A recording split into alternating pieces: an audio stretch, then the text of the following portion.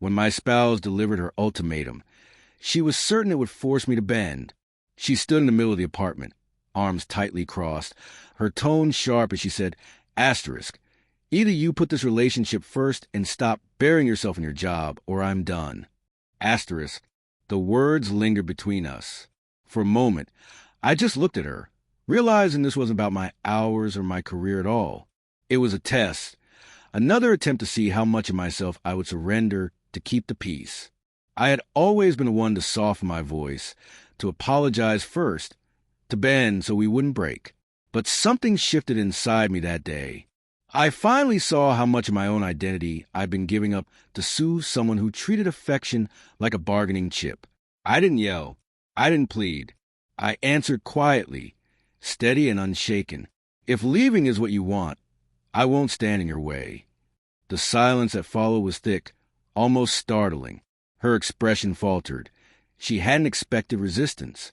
For years, she had used emotion to corner me, confident I would always back down to avoid conflict.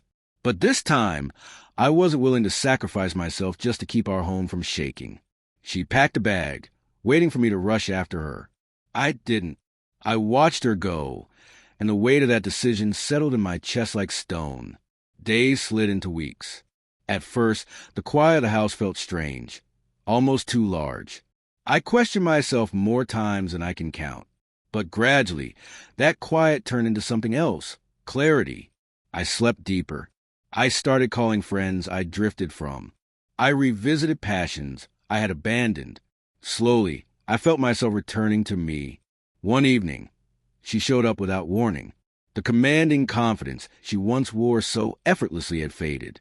She stood in the doorway looking uncertain, glancing around as if she no longer recognized the space.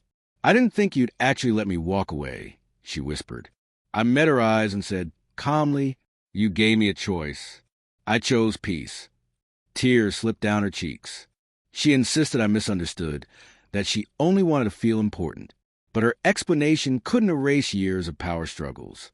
I had asked her again and again for communication, not control, for a partnership, not pressure.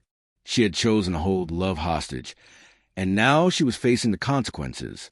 She asked to move back in, saying she had nowhere else to go.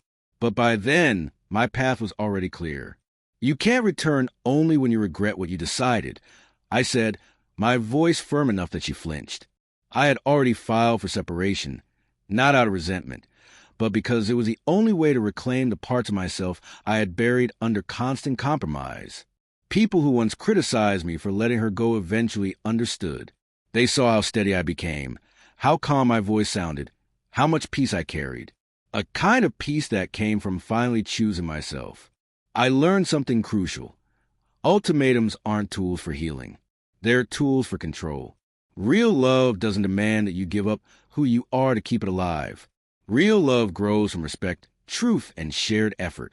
Her ultimatum collapsed on itself. Not because I wanted her gone, but because I finally realized I deserved a relationship built on equality, not threats. When I closed that chapter, there was no rage, no bitterness, only acceptance. I had given her every chance to meet me halfway. But when she tried to trap me with a line in the sand, I decided to step across it and walk forward, free, steady, and finally whole.